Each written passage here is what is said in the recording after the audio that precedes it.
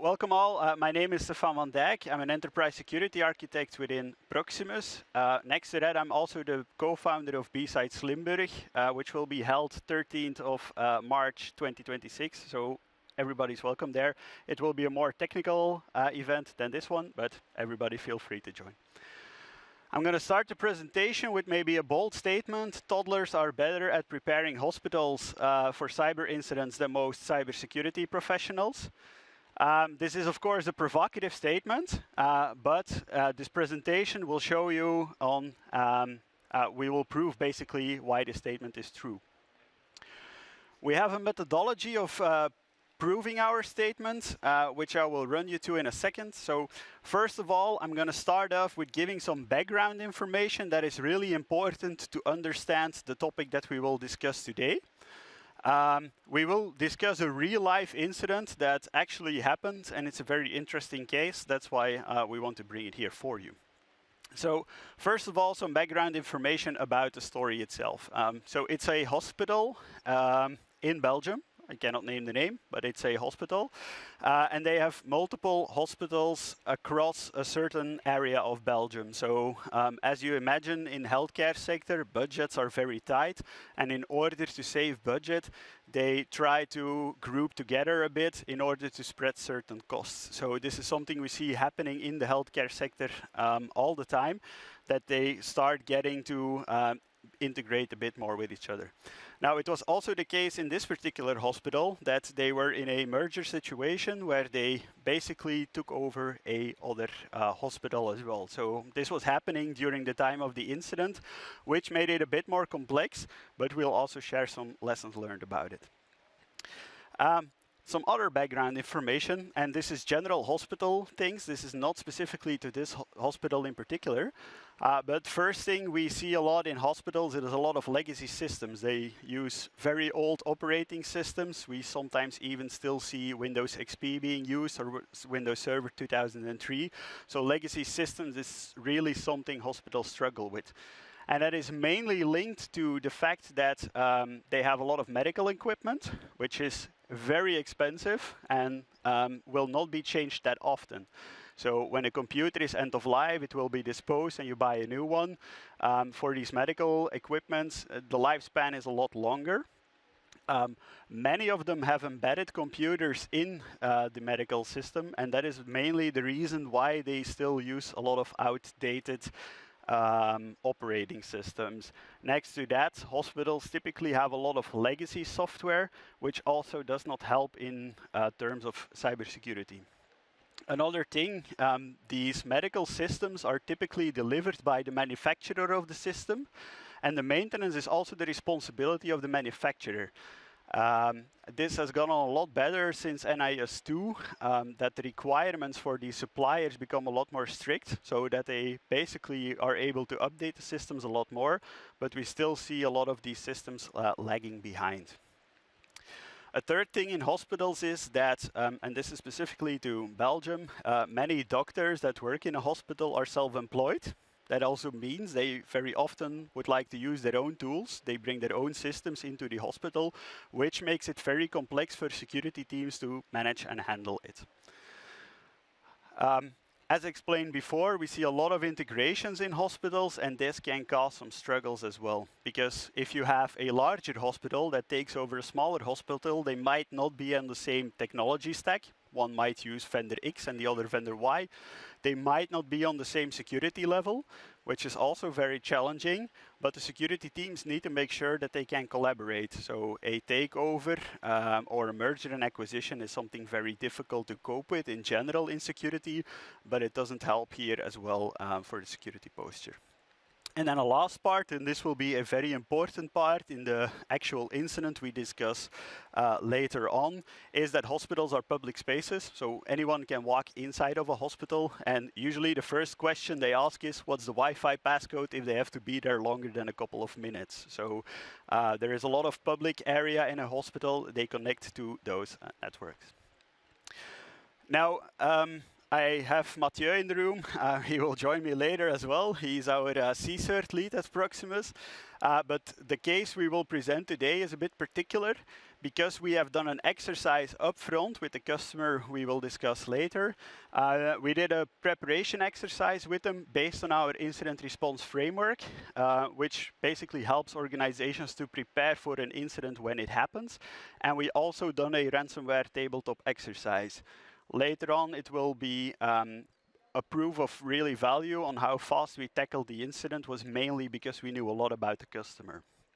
But in short, about the incident response preparation framework.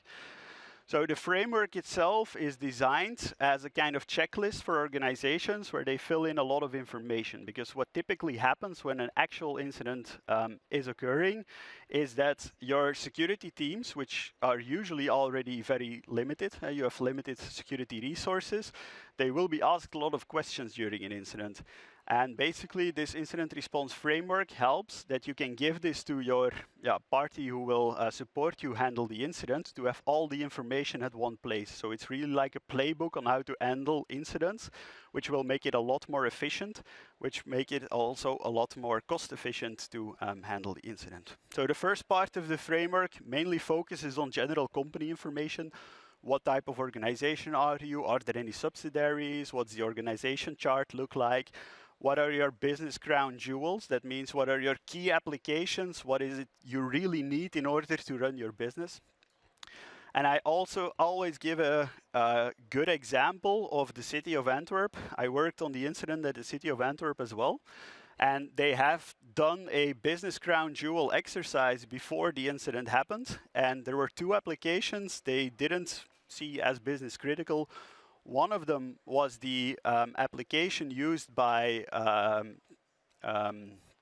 the care centers for elder people about their medication. So the application was not available on the night itself when the ransomware happened.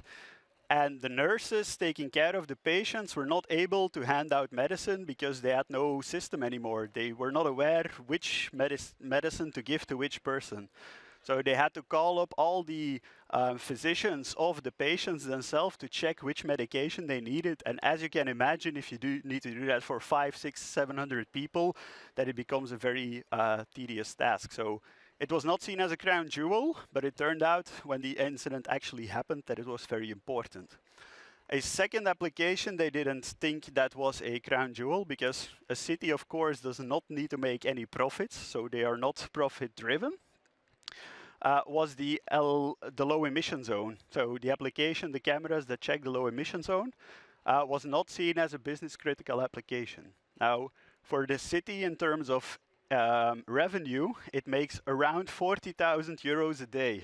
That application was not available for 8 months.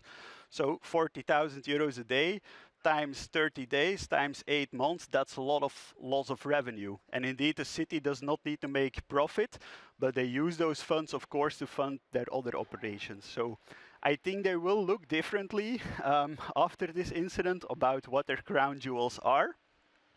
So even if your goal is not to make profit, follow the money is always a wise thing to do. The second part about the incident response framework is again some general information. In our case, it was a healthcare, it was a hospital, a group of hospitals actually. Third part in the framework is some general IT information, server and network information. What does your network look like? What is your naming convention? Because one thing we struggle with when we handle incidents is, okay, we see a server name or an endpoint name, but it's very difficult for us to figure out what it does. If you know the naming convention, that already helps a lot, and you do not need to ask the question at your already overloaded IT team. So that's something very important.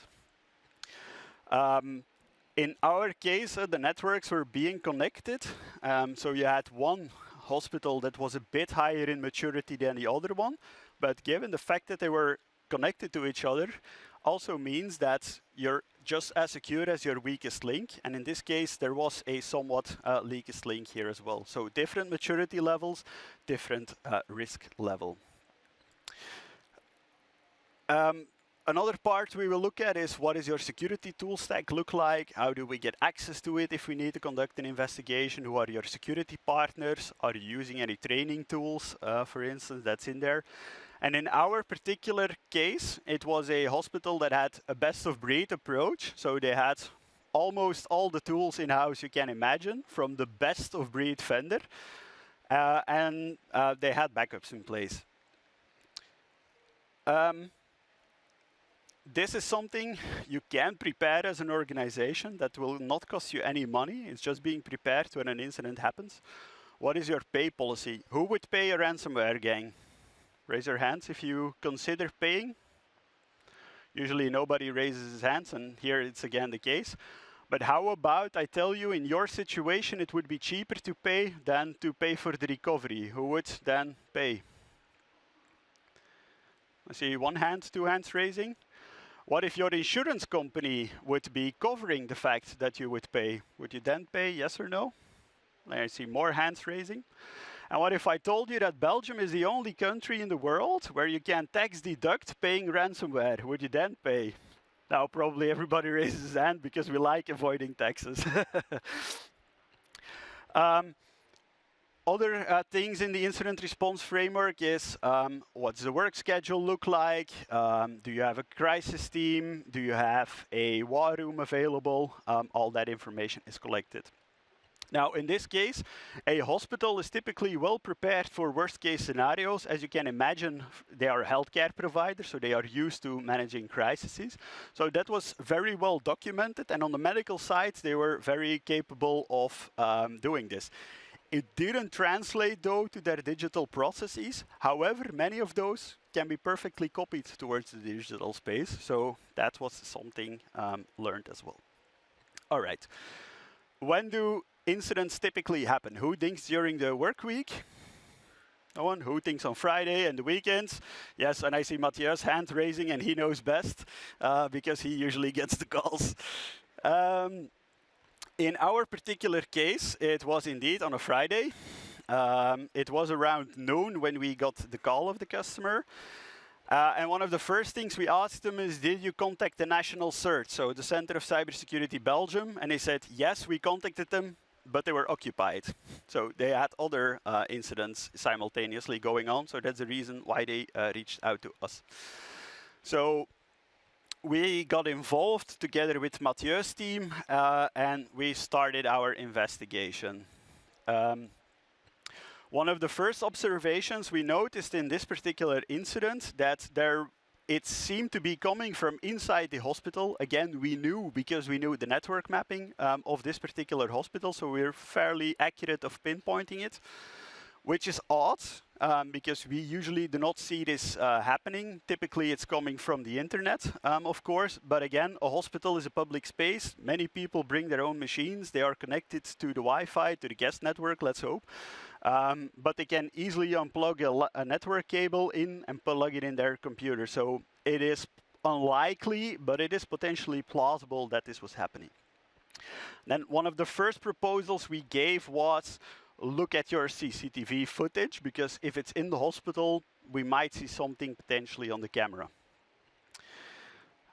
Is there anyone with an offensive security background in the room? Yeah, I see one hand, two hands. Okay, great. So maybe a question here was that we saw the exfiltration of the encryption keys of Active Directory, which basically points to the fact that you are domain admin, so you are already at the top level of what you can achieve as an attacker. But on the other hand, we also saw him dumping again for credentials. If you already found the master key to a building, you are not going to look for additional keys. It doesn't make any sense, which was something we had to wrap our heads against.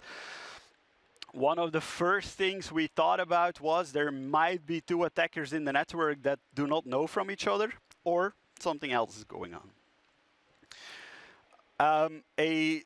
Later on in the afternoon, then we were already at 4 o'clock, something like that, we noticed that there was data being archived and being exfiltrated, which is typically one of the steps you see before a ransomware attack. and we could trace the activity back to 4 to 5 weeks. Now, the investigation part was not as easy because the customer had, again, all the best of breed tools, but they were not linked to each other. So we had to look in each individual tool, which makes the investigation very difficult, very hard. So that was the case. Then on the impact level, then we are around 6 o'clock in the evening on Friday, and I thought this will be a long weekend. But basically we got together with Mathieu's team, with the technical team of the customer, and we said this is typically what we see happening before the ransomware happens. So our suggestion is to cut off the internet access of the hospital. And the customer said, okay, we will do it, but it has a huge impact. Our surgeries need to be postponed. The ER needs to be closed. So impact-wise, it's very big. Now, again, this was multiple hospitals. It's not one hospital. That would mean they would have called the national crisis because they cannot dispatch their patients to other hospitals because they're the biggest hospital chain in the whole area. So they need to really ship patients to other hospitals outside of provinces. So as you can imagine, they said we will do it, but we need, of course, to align with our board of directors before we make this call. And second of all, if we need to do it, we will, but it will have a huge impact. So they said, okay, we go into crisis mode, but let's again cycle back to the first proposal we made. Look at the CCTV footage camera and also look at the batch reader. Because by this time, we already figured out the exact network port in the hospital where it was coming from. And someone was acting a bit odd at their end as well. So one of the colleagues involved in the initial investigation, he started acting very weird. Then we discussed, let's get together in 1 hour, that you have the time to review the CCTV footage. The team of Mathieu investigated a bit further in the technical details if we could find something. And at 8 o'clock, we got together again with the customer in a meeting. So 8 o'clock arrives on Friday afternoon. By then, most of us were already a bit worn out, but they basically said, okay, we figured it out. We know who it is. It's one of our internal employees. What would you do in that question? You fire that person. That's what they did as well. So they already had a meeting with HR. The big advantage they had was that day he was actually physically in the hospital, so they could take the computer before he could start erasing things. This person cycles home on his bicycle. He gets involved in a car accident, and he is brought back to the same hospital where he was just fired. So this is, of course, very hypothetically speaking, but if the ER would have been closed because of his cyber attack and he would have gotten in the same situation, he would have been the first victim of his own cyber attack, potentially. A few weeks later, I was scrolling on Instagram and I saw a job posting. Yeah, we're looking for a new system engineer. And I texted to Hendrik, who was also involved on the incident. It's funny when you know the story behind the vacancy. So it was a bit of a chuckle moment for us as well. So a few lessons that you can learn from this incident is, first of all, centralize your security tools. Have one overview of them, because what we faced in this particular incident, that was an application owner of a security tool was not present. So it took us a very long time in order to get access to the tool.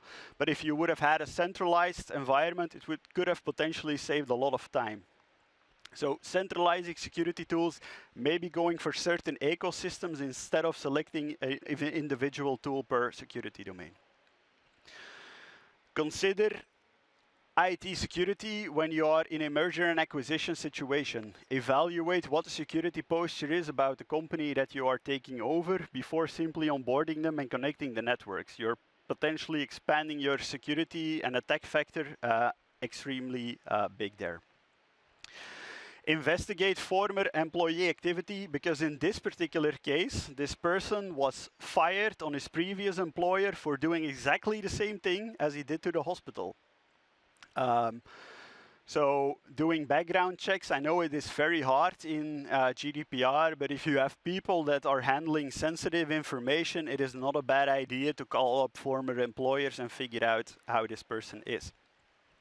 A funny thing we learned 2 weeks later, what the person also did is he cut out the NFC tag from his working badge and he planted it in his hand. So he had his NFC chip of his employer badge inside his hand. We never figured out why he did it, and we were not able to ask him the question, but if someone goes to physically implanting certain things in his hand, I think that's quite strange. Another thing about security measures is don't think, but act. We see a lot of companies, when we do investigations about incidents, it's almost never a lack of tools. It's almost never a lack of resources, but it is always usually that the problem has been known for many years, but no one took action upon it. There are meetings planned upon meetings in order to plan the next meeting, but nothing actually gets done. So start doing the basic things. They will save you a lot. And then last but not least, humans lie.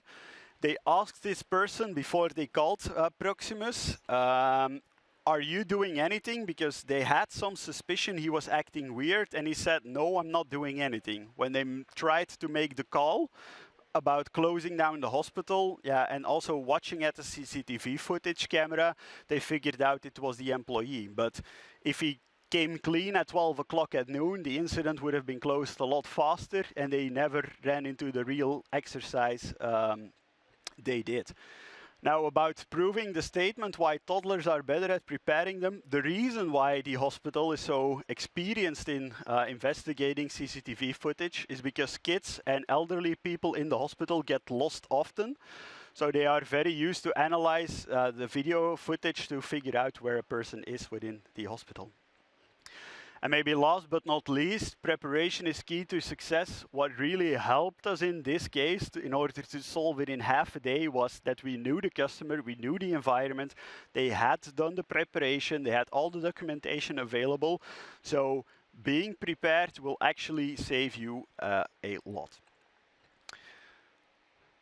There are 4 services within Proximus that we deliver in order to support you with it. The first one is NOC, so our Network Security Operations Center, ROC, Remote Operations Center, and SOC, where they really do the security monitoring. And of course, when desperate times are there, you can always call the team of Mathieu to come and help you to handle the incident. All right, then I would like to thank you a lot for attending this presentation. And if there are any questions, I will be in the main area, so feel free to stop by and ask them directly. Thank you very much, everyone. Proximus Next. Tech Biz People.